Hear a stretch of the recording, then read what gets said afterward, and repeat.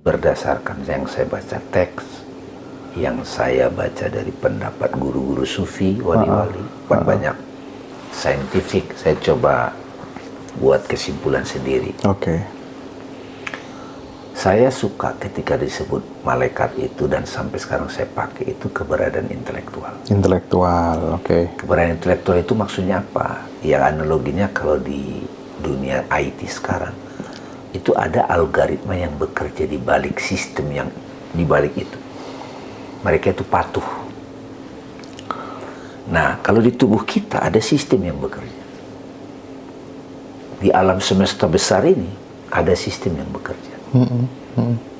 Nah, ketika kita sudah bisa bekerja sama dengan kecerdasan itu, itu namanya kita sudah bisa, ya bahasanya kan kalau bahasa itu beriman pada malaikat. Bukan beriman dogmatis, bukan. Saya bisa bekerja sama, bahkan memanfaatkan kecerdasan itu. Itu malaikat. Kalau jin mana? Nah, lagi-lagi bahasa filsafat. Jin itu biasanya disebut keberadaan mental, Mas. Mental. Iya. Jadi orang katanya ngelihat jin itu bukan fisik, Mas. Keberadaan imajinal. Iya. Kalau manusia kalau sudah tidak ada badannya, dia jadi apa?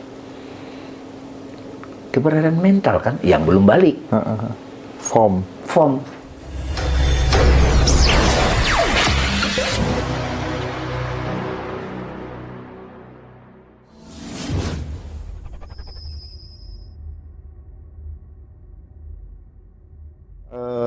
Aku pengen lanjut lagi gitu ya, karena ini makin malam kayaknya bakal makin asyik gitu kira-kira ya. Menurut abang gitu ya, saat seseorang itu mati gitu, yang terlepas, yang dicabut itu kan ada ruh, ada nyawa, ada jiwa gitu. Itu yang mana sih bang gitu? Ya, ini saya perlu menjelaskan terminologi dulu. Nah, harus dong. Terminologi. Imam Al-Ghazali juga membuat penjelasan yang cukup pelik, detail tentang ajaibal kolbi gitu. Kolbu, akal, roh, nafs gitu. Tapi supaya teman-teman yang menonton ini bisa langsung mengecek dalam pengalaman hidupnya, saya bagi pakai bahasa Inggris saja. Nggak pakai terminologi itu. Jadi ada body, ada mind, ada kesadaran. Kesadaran itu roh lah. Gitu. Soul, beda. Kalau soul nanti jadi terminologi itu. Roh. Roh itu kesadaran. Jadi body, mind, and awareness, kesadaran. Maksudnya kesadaran itu roh. Atau spirit. Gimana caranya supaya tahu kita roh? Hidup. Gimana caranya langsung mulai hidup? Napas. Jadi kalau teman-teman yang menonton ini sekarang ngecek langsung bernapas, jadi nggak pakai teori. Wah, itu roh itu. Jelas ya? Iya, sip. Saya kasih nama roh, bukan nyawa. Roh. Itu nggak ada bentuknya, tapi ada. Nafas. Iya, sama seperti udara ini, nggak ada bentuknya, tapi ada. Itu pengalaman saya waktu saya mati suri loh. Jadi aku itu adalah napas. Aku adalah nafas. Berarti cara terhubung dengan Tuhan paling mudah lewat nafas dong? Nafas. Ya. Itu langsung tuh direct path tuh. Nggak macam-macam. Dan bisa dicek siapapun. Supir angkot, supir beca, bisa itu. Nah. Terus body mana? Kita lompat ke body dulu. Body itu ya, kalau kita lihat tubuh ini, ada bentuknya. Ini kan, ini pakai mata nih, mendeteksi ini. Tapi kalau saya tutup mata, body itu saya ketahui sebagai gambaran, betul nggak? Ada kepala, itu image. Tapi kalau saya coba ketahui body dari dalam, itu sensasi. Lapar nih, itu body itu. Pegal-pegal nih. Jadi menyadari sensasi itu adalah kesadaran terhadap badan. Oke. Baru bicara mati nanti. Nah, mind mana? Saya menggunakan bahasa Inggris itu mind, M-I-N-D. Karena di mind itu saya terjemahkan itu bukan pikiran, Mas, tapi batin. Batin. Karena mind itu ada thought, pemikiran, ada emotion, feeling. Iya. Itu semua di mind, emosi itu di mind. Ya kalau teman-teman mau menggunakan mind itu soul boleh silakan, tapi kalau nanti kan rancu. Yeah. Mind itu batin. Nah, apapun yang saya alami ketika saya menutup mata, tubuh saya alami sebagai sensasi, betul? Iya. Tapi ada gambaran mental, ingatan, itu semua mind. Bahkan di batin itu ada sosok. Wih, dia itu nyakitin, ada pendapat, ada opini, ada sentimen, itu semua mind. Oke? Itu datang dan pergi. Nah, ini mind ini, form-form yang hadir di batin itu, Mas Hendra, itu kalau kita lagi tidur, mimpi, itu nongol. Nongol itu. Bukan mati itu. Tidur mimpi bukan mati yang kita bahas ini. Nah, sekarang gimana dengan mati? Saya setiap hari saya latihan tuh mati itu. Serius. Gimana, Bang? Latihan mati. Latihan matinya gimana? Kan mati itu kan sederhananya kan roh itu tidak lagi sadar pada badan. Tidak, dia meninggalkan badan. Tidak melekat pada badan lagi. Iya. Kapan itu kita alami? Tidur. Tidur pulas. Tidur pulas. Delta. Iya, delta. Tidur pulas. Hanya napas saja. Makanya tidur pulas itu sebenarnya sadar. Iya. Tapi no appearance. Iya, nggak ada pengalamannya. Nggak ada yang nampil. Nggak ada yang tampil. Ada pengalaman, napas. Oh, iya. Tapi tidak ada yang menampil. Kosong aja. Tidak mimpi. Tidak. Nah, kalau mimpi beda. Itu aktif pikiran. Tidur pulas pikiran nggak aktif. Oke. Nah, saya mau masuk nih. Meditasi, tafakur, itu kenapa disebut latihan mati? Karena saya mau sadar saat hening, dan saya sadar diri yang menyadari itu. Makanya kan alat yang paling bisa langsung itu napas, diperhatikan. Nah, orang yang sudah sering latihan mati, Mas, saya tidak mau menggunakan kata keluar dari badan. Orang kalau rogo sukmo segala macam kan gitu. Iya. Luar dalam mana kan gitu.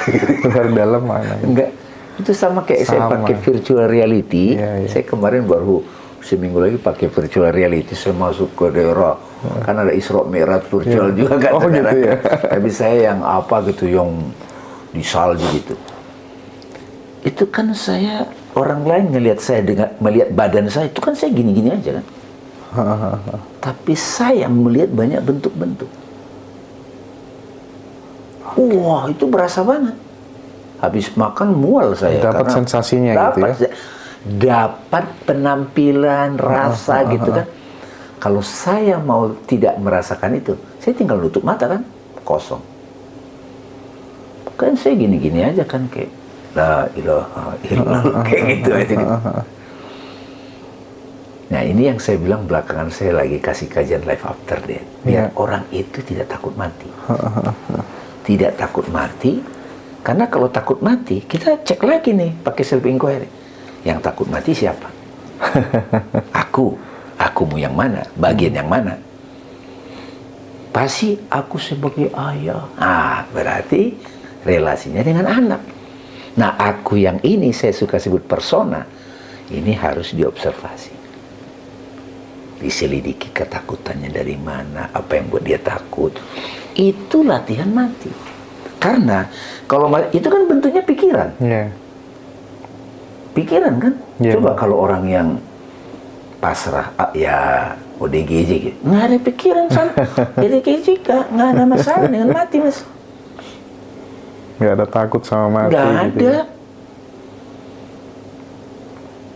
Jadi itu yang saya pelan-pelan coba bagi ke orang. Jadi apa dong nanti siksa kubur, malaikat pencabut nyawa? Kalau di filsafat itu jelas. Malaikat itu di filsafat ya, di awam kan itu harus diterangkan. Iya. Malaikat adalah keberadaan intelektual. Keberadaan intelektual. Ya kayak kecerdasan, Iya. algoritma kalau ini. Pengetahuan Algoritma gitu. semesta. Sistem kerja. Kita punya HP ada kecerdasan di situ. Nah di tubuh kita ini ada kecerdasan. Kamu menyadari nggak? Yang menanyakan, yang mencatat kebaikan, rakib. Mencatat keburukan, atib. Nanya siksa kubur, mungkar, nangkir. Iya, iya. Kubur itu apa? Itu selidiki. Apa Bang, kubur itu? Saya belakangan, tapi biasanya saya kasih pengantar kan. Kalau jawaban saya ini jadi dogmatis nggak apa-apa lah. Iya, iya. Siksa kubur itu adalah kesadaran kita masih terjebak pada memori yang terbatas. Oh, oke. Misalnya kita punya relasi dengan seseorang di masa lalu, 20 tahun lalu. Saat kita mau mati, nongol dia. Masih mengganggu. Oh, oke. Makanya kan pada saat kematian itu semua kitab itu nongol. Itu kan data memori. Iya, iya. Makanya dari sekarang nih teman-teman, sisa kuburnya itu beresin memori-memori yang masih belum kelar. Dia bangkit dari file lama kan gitu. Cara beresinnya dengan Kesadaran. Kesadaran. Ya kalau dites kan susah banget pasti begitu kan. Makanya penting self inquiry. Iya. Jadi lagi-laginya paling top adalah stay di kesadaran tadi. Stay di standing as awareness. Tujuan sholat kan itu. Hakimis sholata licik. Dirikan sholat untuk ingat. Iya. Jadi tidak seperti siksa kubur yang dibayangkan banyak orang gitu. Ternyata Pemahamannya keliru. Kalau dia masih memelihara itu jadi buat dia. Oh jadi? Jadi Pak. Bisa jadi beneran? Karena itu data dia. Gila. Karena itu ada di dalam data dia. Even itu adalah neraka yang seperti dibakar gitu? Apapun yang ada di pikiran dia itu kan menakutkan tuh. Itu berlaku ketika setelah mati, Bang? Bukan gitu. Sekarang pun itu berlaku buat dia. Oh, okay. Sekarang nih. Makanya sekarang ketika pengetahuan makin meluas, neraka itu maknanya beda, Pak. Penggambarannya di kitab suci itu begitu, ya bagus memang. Misalnya gini, saya patah hati. Mantan pacar saya membawa pacarnya depan saya. Kan orang-orang yang belum sadar sang aku kan kurang. Itu kan neraka banget tuh. Iya. Nah, selama dia memelihara itu, namanya kebencian, dendam, cemburu, dia pelihara sampai ada sosoknya. Menggerogoti tubuh, membuat dia tidak bisa tidur, terus badannya expire, roh keluar. Nah, pikiran itu, jiwa itu, persona itu, dia menjadi energi yang belum bisa murni. Itu tersiksa memang. Makanya kalau orang sudah sering ke kesadaran tauhid, mana siksa? Itu kalau di Quran disebut mereka itu melihat dari atas dipan gitu. Atas dipan kan gini santai, kayak drone gitu loh. Okay. Jadi dia tetap ke medan perang lewat di situ, tapi drone. Tapi saya lebih pengen tertarik lagi bagaimana Bang ketika kemudian itu sudah nggak gini aja deh. Bagaimana kemudian roh itu dia bisa terlahir kembali menjadi manusia yang baru, itu prosesnya kira-kira seperti apa penggambarannya? Itu ketika kita memaknai roh itu adalah form. Oh. Saya kasih analogi. Simple. Form. Analoginya simpel. Di sini ada udara. Kalau kita keluar kamar, ada udara. Ada. Keluar lagi hotel, ada udara. Ada. Apa buktinya? Nah, udara yang tanpa batas ini sampai ke angkasa, saya mau batasi. Saya tiup balon. Balon kuning. Saya ikat. Balon merah. Balon biru. Udara yang di balon merah, di balon biru, di balon kuning, sama nggak substansinya dengan udara yang Sama, Bang. sama. Tapi karena yang udara yang di balon biru dia kelamaan di balon biru, dia menganggap dirinya adalah si biru. Iya. Aduh. Anggapan inilah persoalan. Begitu dibuka, dikasih jarum, balik nggak dia? Tapi masalahnya dia menganggap dia biru. Oh iya. Nah, karena itu ini balonnya. Badan ini. Badan halus, subtle body, pranamaya koso dan lain-lain itu.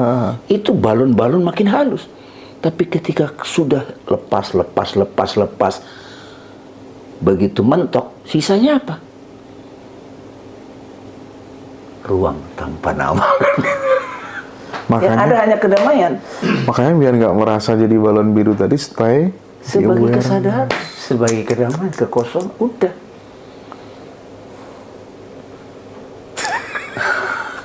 Kan ada begitu ceritanya. Orang ikhlas itu nggak bisa disihir. Ya dia kosong. Tapi begitu pikiran takut, kena udah. Berarti orang yang stay di kesadaran menganggap fenomena reinkarnasi seperti yang diyakini banyak orang apa, Bang? Berbeda. Apa tuh? Itu hanya proyeksi pikiran, proyeksi imajinasinya. Oh. Jadi reinkarnasi bagi orang yang sadar itu unmanifest, manifest. Unmanifest, manifest. Innalillahi wa inna ilaihi. Kan ini badan, fisik, ini roh, no form. Antara badan dan roh, antara ini bahasa Al-Quran namanya barzah. Nah ini reinkarnasi di sini. Barzah. Di barzah. Oke. Tapi saya misalnya ditanya, Bang Nabi gimana kalau reinkarnasi lah? Ya tidak apa-apa juga. Tapi kan sebagai kesadaran. Gitu. Karena bermain di panggung, karena kesadaran yang tak terbatas itu. Saya bercandain begini. Kalau roh mau menikmati bakso, caranya gimana? Ya dia jadi badan, ada lidah, nikmatin bakso. Nah kalau sudah begitu Mas, hidup ini jadi indah. Iya. Senang, mati tenang. Oke. Indah, senang, mati tenang. Kapanpun mati, oropo. Ora apa-apa. Nggak apa-apa.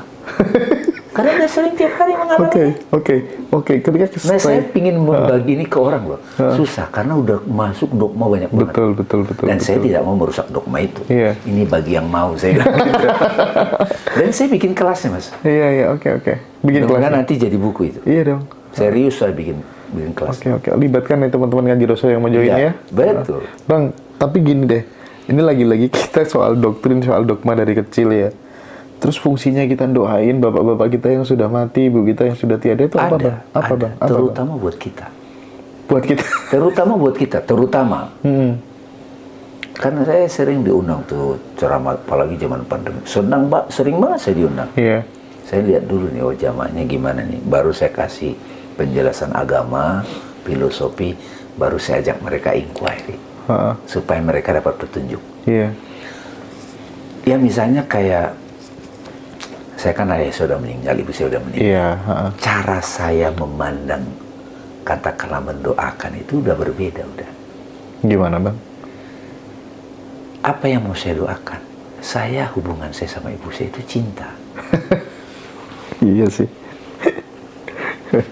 Kan orang yang misalnya mendoakan apa itu kan karena dia merasa dia tidak menemukan hubungan yang sampai ke level rohani dengan itu. Contohnya kita lah Mas Hendra. Kita dari belahan mana gitu, ketemu. Tapi kan kontak batin. Iya betul. Ini apakah perlu lagi? Tidak perlu kan? Udah connect gimana? Iya. Okay. Itu ada penjelasan juga, prayer itu berderajat. Kalau orang yang separate self, masih ego, dia masih memanggil, teriak, meminta gitu. Tapi kalau orang yang sudah mulai lebih luas, dia mulai bersyukur aja. Makin dalam itu dialog. Jadi contemplative prayer itu sudah dialog, munajat bahasa Islam. Tapi kalau sudah menyatu, doa itu apa? Ya zikir jadinya. Eling aja. Berarti pertanyaan yang ini relevan nggak kira-kira ketika si balon tadi dia sudah meletus dan dia sudah melebur, ya, bersama menyatu bersama sesuatu yang tak terbatas ini tadi. Terus kemudian pertanyaannya adalah, apakah arwah orang yang mati masih bisa melihat anak cucunya? Itu relevan nggak pertanyaan? Ketika dia masih ngeform. Masih ngeform. Ada pembahasan itu. Saya termasuk punya aliran sekarang nggak lagi melihat leluhur-leluhur loh. Tapi saya mengerti itu. Kalau saya sebagai person ada leluhurnya. Jadi sebenarnya semuanya benar sesuai fase kesadarannya masing-masing ya. Benar sekali. Benar sekali. Oh gitu. Karena itu cukup lama juga, katakanlah 20 tahun lalu ujungnya apa sih perjalanan ini? Ada itu pertanyaan filosofis. Nyari di kitab, nyari di buku Hindu, di Buddha, Kristen, ujungnya apa gitu. Ketemu ujungnya. Dan itu ternyata pertanyaan akal. Kalimat innalillahi wa inna ilaihi raji'un, dari yang tak terbatas, balik yang tak terbatas. Dalam perspektif Muslim ada yang namanya amal jariah. Ketika kita stay di, kita berangkat dari kesadaran, fungsinya amal jariah itu untuk apa Bang? Dan apa manfaatnya atau kemudian apa resikonya jika orang sudah mati dia tidak membawa amal jariah? Itu sekali lagi amal jariah itu kan datang dari bahasa ketika Nabi ketemu sosok yang memang kesadarannya di level tertentu. Iya kan? Gitu ya. Dan itu karena aku terangkan juga. Apabila anak cucu ada mati, putus segala urusan kecuali 3. Sedekah jariah, ilmu yang diajarkan anak soleh. Saya uraikan. Keren. Karena yang mendengarkan itu butuh itu. Dan saya jelaskan hakikatnya. Sedekah jariah begini Mas. Iya. Misalnya saya di satu tempat, lagi jalan, naik mobil. Terus saya ngeliat ada orang tua bawa jualannya kursi besar. Terus hati saya tergerak. Nggak pakai mikir, saya kasih uang misalnya. Dan dia berterima kasih sekali. Amal jariah toh. Iya benar. Dalam hukum energi itu terjadi pertukaran dong. Iya kan? Iya dong.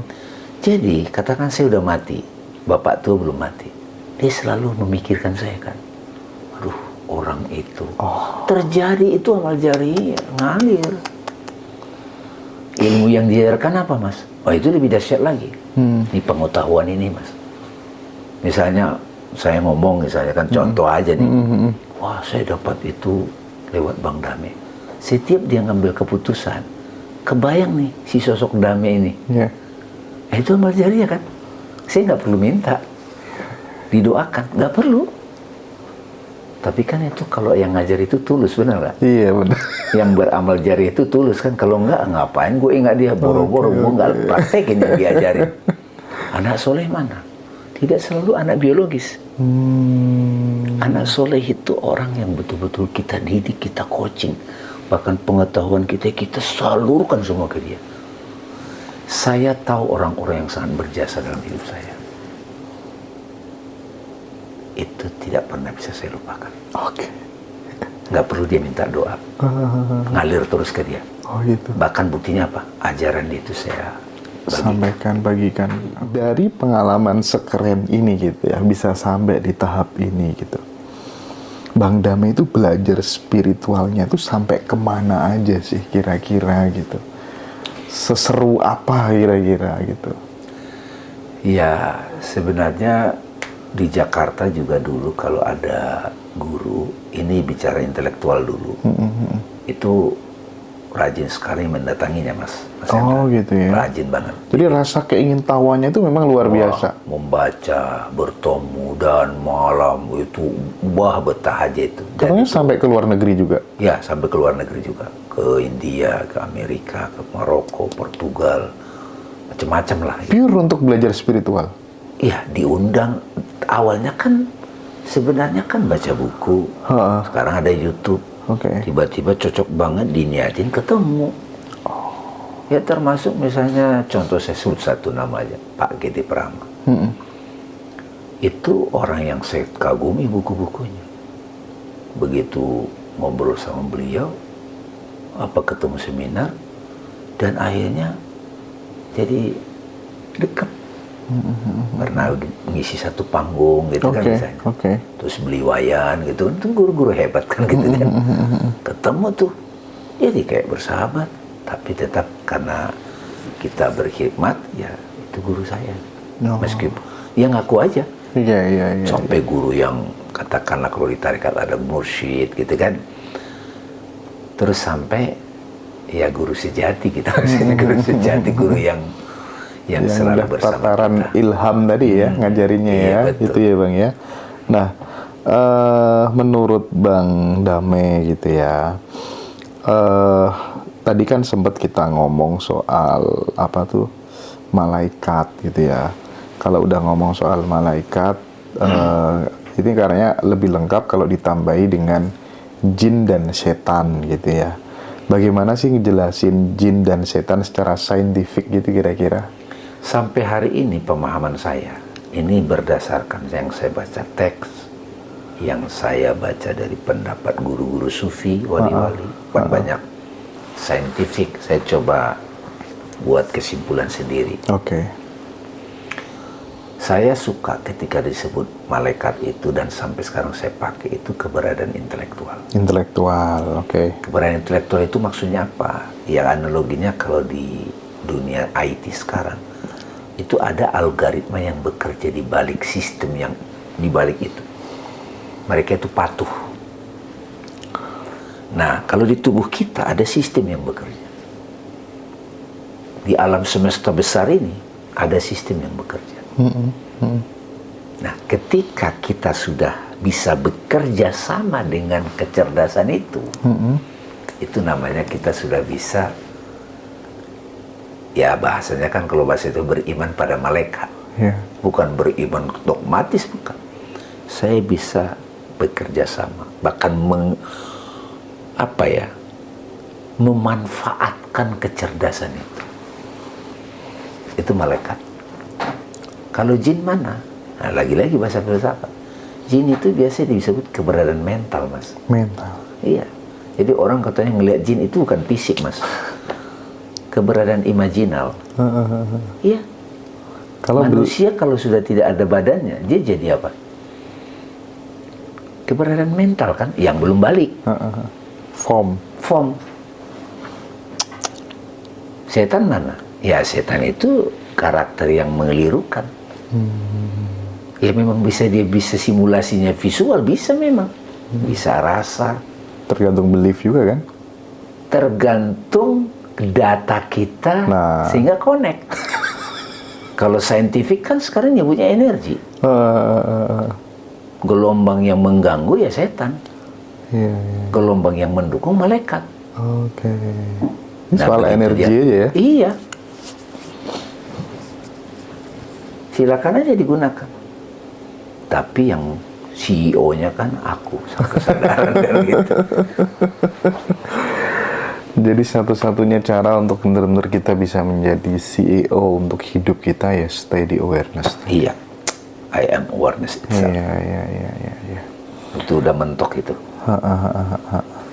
Nah, Bang, berarti kalau dalam perspektif kesadaran, kira-kira nih, Bang, di akhirat itu kita itu dibangkitkan atau diciptakan sebagai makhluk yang baru, berarti pertanyaan ini tidak relevan dong? Tidak relevan. Kalau sebetulnya sudah aku sadar, aku tak terbatas, akhirat maknanya apa? Nggak relevan lagi dunia akhirat. Karena itu semuanya esensinya adalah kesadaran juga. Dan itu sudah banyak bukunya, Mas. Iya. Kalau teman-teman nonton YouTube yang ya saya sendiri sudah bikin itu kan di Swaguru, mengenal Sang Aku, itu semua tentang kesadaran. kayak sepertinya nanti kalau misalnya diberkati jalan self inquiry, kita akan tahu botol ini pun kesadaran, terbuat dari kesadaran. Ini terbuat dari kesadaran, badan ini terbuat dari kesadaran. Tapi dituntun dulu. Jadi tahap awal itu kesadaran berbeda dengan objek. Tahap awal begitu, itu dimahirin dulu. Ya. Terus kita mulai menyadari bahwa objek fisik dengan objek mental itu sama-sama status ontologinya itu sama-sama real. Oke. Tergantung fokus.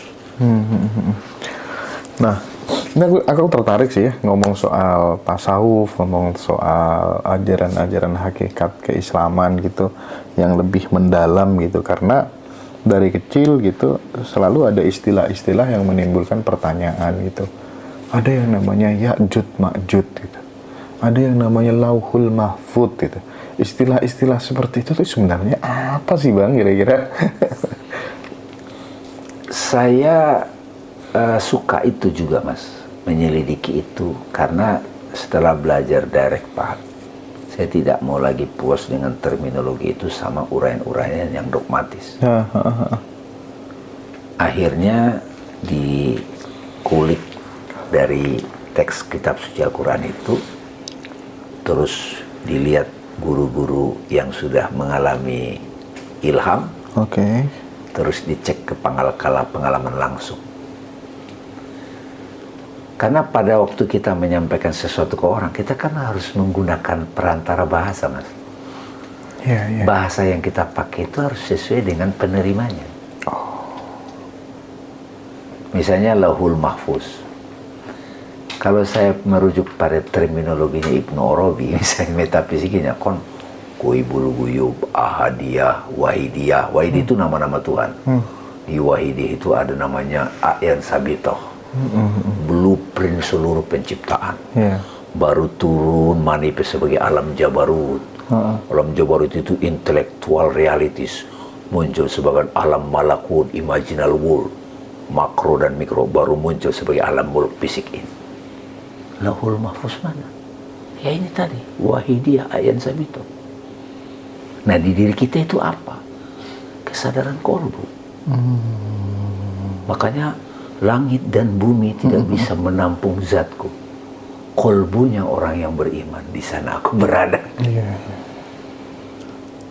Jadi Lauhul Mahfuz itu penggunaan kata yang tepat saat itu untuk menjelaskan satu keberadaan knowledge of God. Yang di sana semua ciptaan. Oh iya enggak itu kalau metafisik itu. Oke.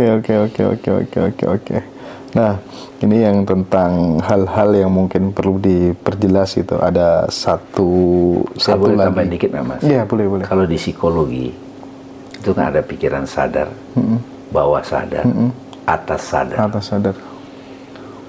Pikiran sadar itu kan cuma sekian persen, bawah sadar itu loh. Nah beberapa sahabat yang mendalami ini, bawah sadar kan meskipun ada yang nggak setuju penggunaannya, ya di situ kan masih ada data-data yang dari dulu berapa itu sekali lagi itu person ya, bukan aku yang sudah tak terbatas itu. Aku yang tak terbatas itu nggak begitu lagi gitu loh.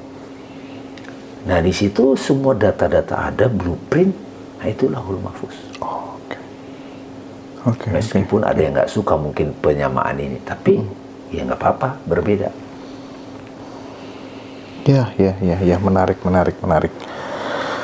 Aku sekarang pengen flashback lagi ke tadi Bang soal sadar nafas gitu ya, karena menurutku salah satu cara untuk kemudian kita bisa hadir the present moment itu ya salah satunya lewat sadar nafas itu tadi gitu. Nah, ada konsep untuk memperlambat dan memperhalus serta merasakan nafas. Apa manfaatnya gitu? Atau tidak usah konsentrasi memperlambat nafas, asal kemudian kita langsung kemudian melakukan peripheral gitu ya, supaya kemudian stay di kesadaran, dengan sendiri nafas juga akan mengikuti. Mana yang oke? Saya membayangkan kalau napas adalah jalan satu-satunya, gimana orang yang lagi flu, orang yang lagi asma? Itu dia masa pertanyaan saya tuh. Iya kan? Dan saya pribadi punya pengalaman itu. Pada saat saya pertama kali menemukan kehadiran Tuhan itu dalam praktek napas, setelah saya sakit yang parah itu, saya sebut yang mati suri saya yang kedua, saya menemukan pengalaman Tuhan itu pada napas, Mas. Dan itu girangnya minta ampun. Dan saya menemukan lagi hadis tentang itu. Itu langsung diuji 3 bulan kemudian. Saya napasnya terganggu, nggak bisa tidur segala macam. Wah, ini belum abadi ini. Karena kalau itu Tuhan, pengalaman Tuhan, ya dalam situasi apapun harusnya oke dong, tangguh dong. Iya. Nah, akhirnya dari kesadaran pada napas transform kepada bukan napas yang diperhatikan, siapa yang bernapas. Siapa yang bernafas? Amin. Dan tidak usah dijawab lagi. Iya. Ting. Aduh, iya. Paham. Itulah pentingnya belajar ya. Oke deh Bang, biar itu latihan mati bagus. Latihan mati. Latihan sakaratul maut. Namanya Sembari dibantu attachment pikiran, itu mulai dibulurkan. Itu kan la ilaha illallah itu. Ilmunya la ilaha illallah. Nah, oke, kita mulai masuk manifestasi lagi Bang ya. Ya, ini boleh. yang disukai anak-anak muda gitu ya Bang ya. Ini mungkin ada kaitannya sama kesadaran sih. Dimana kita menaruh perhatian pada sesuatu, disitulah kesadaran datang gitu. Nah makanya terkadang ketika kemudian antara pikiran dan perasaan itu sudah benar-benar kita beratensi kepada sesuatu, kalau bahasanya Bang Dame itu udah muncul rasa antusias gitu ya, itu tuh lebih cepat terwujud gitu. Iya kah Bang? Atensi. Iya. Manifestasi gitu ya. Betul. Nah, setelah kemudian terjadi fokus atensi penuh, kan mesti idealnya kan melahirkan, karena sudah masuk ke subconscious mind, pasti akan melahirkan sebuah tindakan yang berbeda. Iya. Iya Bang, berarti orang yang malas kalau pengen berubah, mulainya dari situ dulu. Ya. Programnya dulu yang dibenahi. Ya. Oke. Orang malas itu kan, nah gini, ini juga menarik nih. Saya pernah menyelidiki kata malas dari pengalaman saya. Satu masa malas itu saya hindari dan saya keselin gitu. Kok malas banget sih gue gitu. Oke. Akhirnya makin sering malas. Sampai pada satu titik saya selidiki apa itu malas. Misalnya bangun pagi, saya sudah janji untuk melakukan A, B, C, D, olahraga, baca buku, meditasi. Tahu-tahu besoknya tidak terjadi. Nggak manifest dong. Wah, malas banget sih lu, kan gitu. Itu sering terjadi, akhirnya terus malas terus. Pada momen tertentu, rajin, disiplin. Balik lagi malas. Akhirnya malas itu saya selidiki. Apa sih malas itu? Terus saya selidiki. Ada bagian dari diriku yang pingin disiplin, ada janji. Ada bagian dari diriku disebutlah malas, pingin tidur. Nah, saya dapat ilham tuh, Mas. Tahu nggak ilhamnya apa? Apa tuh? Orang lain nyebut malas, gue nyebutnya relax.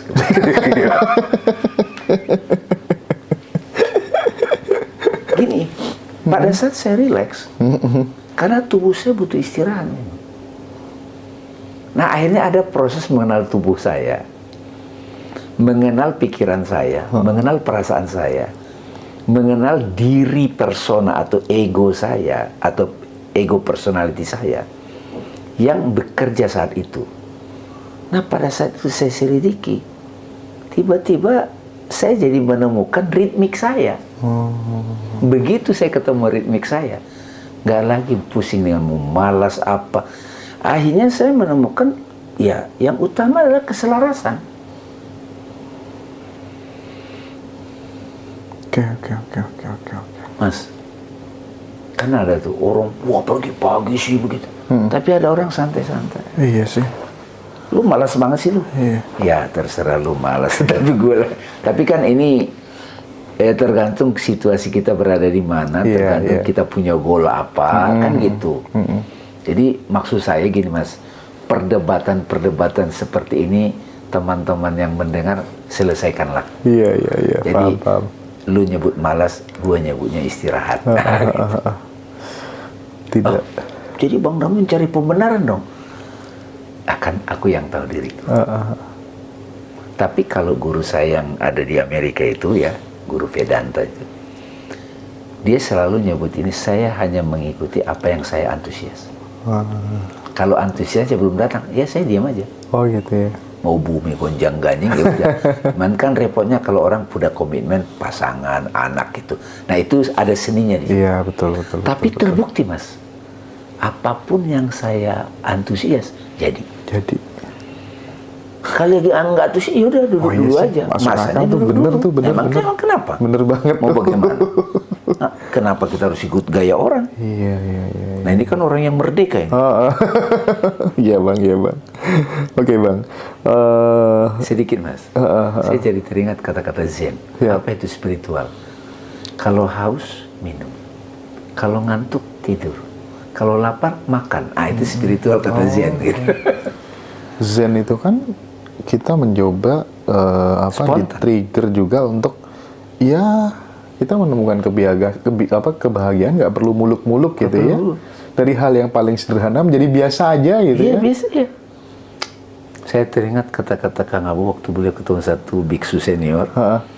Gimana kabarnya biksu gitu. Jawabnya sederhana. Kalau motivator kan, wah luar biasa, dahsyat, mantap, hebat gitu. Kalau dia nggak, biasa-biasa saja. Tapi itu dalam itu biasa-biasa saja. Biasa-biasa aja. Dia bisa menemukan kebahagiaan setelah makan sambil nyuci piring gitu ya. Kalau menurut kita bahagia kan mencapai punya mobil mewah. Anak-anak muda rata-rata gitu ya punya rumah. Dan itu nggak apa-apa. Nggak masalah. Okay juga. Fase bagian dari itu. fase. Baik Bang Dame. Ada ungkapan gini Bang. Jika kamu menginginkan uang 100 juta, maka kamu harus bisa melepaskan uang 100 juta. Atau segala sesuatu yang nilainya sama. Kalau belum bisa melakukannya, maka wadah rezekimu belum pantas menerima uang 100 juta. Nah, ini tuh terkadang saya renungkan juga gitu. Jadi kita itu pengen dapat besar, tapi malah malas ngelepas juga gitu, nggak mau give gitu. Bagaimana menurut Abang dalam konsep rezeki? Saya pertama melihat dulu pemahaman 100 juta kan angka, tapi itu mewakili satu batasan tertentu. Oke. Jadi kalau ke esensi Mas Hendra, kita kan yang tahu takaran kita. Iya. Itu hanya contoh sih tadi. Iya, itu contoh itu ya, contoh itu. Jadi lagi-lagi kalau perspektif saya tentang ini adalah apa yang kita bagi, apalagi kita sudah bisa menyadari ketulusannya. Itu sebetulnya rezeki kita yang sebenarnya. Oh. Saya sudah lama memakai ini Mas. Oke. Yang kita keluarin, yang kita tulus. Iya. Itu justru... Apa yang saya bagi itu bisa ilmu, bisa tenaga, bisa perhatian, bisa uang, apapun. Apa yang saya bagi, itulah rezeki saya yang sebenarnya. Oke. Teman-teman mau berdebat tentang ini silakan, tetapi saya sudah lama memakai ini. Dan itu akhirnya buahnya banyak dalam kehidupan. Keren. Kalau apa yang saya bagi itulah rezeki saya yang sebenarnya, itu kan sejalan dengan hukum alam, maka nggak ada beban. Pada saat ngelepasin gitu ya? Iya. Oke, menarik banget ya, Bang. Ini masalah yang sangat serius sih Bang, ketika Elon Musk mengatakan bahwa artificial intelligence itu akan lebih berbahaya daripada nuklir, itu satu gitu. Yang kedua, kita melihat sebuah realitas ya, di dunia sekarang, di negara-negara barat, perusahaan asing sudah banyak yang mulai mengganti karyawannya Bang dengan robot itu kan. Itu kan udah rame di mana-mana. mungkin Indonesia akan menyusul gitu ya. Nah, gimana Bang nasibnya teman-teman gitu yang dia kerja sebagai karyawan gitu ya, supaya tidak menjadi korban, caranya supaya punya skill set yang unik, yang tidak bisa digantikan oleh artificial intelligence, itu bagaimana pandangan Abang ke depan soal itu? Ya.